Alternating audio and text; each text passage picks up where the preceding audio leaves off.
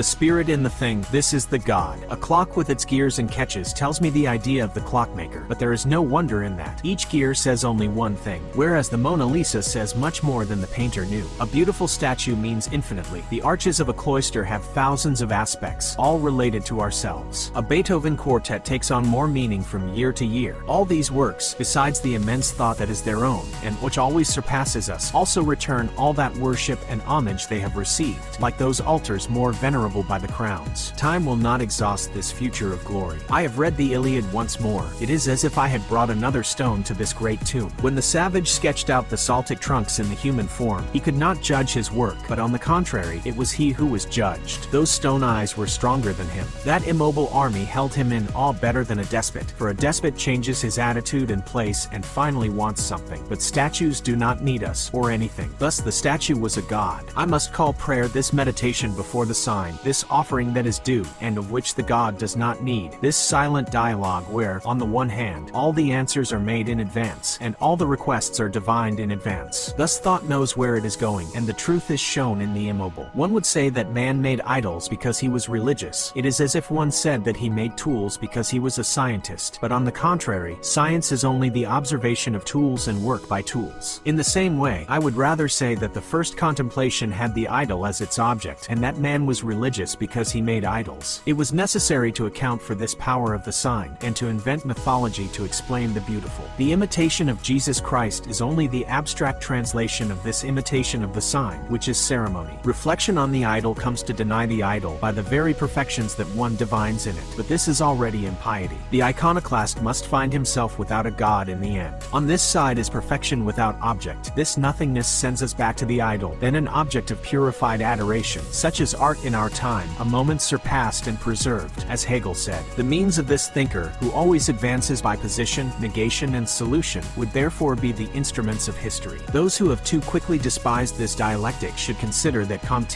who also misunderstood it, has nevertheless managed to make the same relations heard, in other words. For according to his views, which are being verified more and more every day, the ancient fetishism is indeed the essential religion, while the thought and purified religion is only the negation of religion, which, under the name of theology and metaphysics, takes the God out of the sign, and even out of the temple, itself a sign, and throws us into the infinite without matter, from which we must immediately return. It is then that, according to the positivist spirit, the ancient fetishism, under the name of aesthetic contemplation, must adorn cooperative existence, which is itself negation of negation.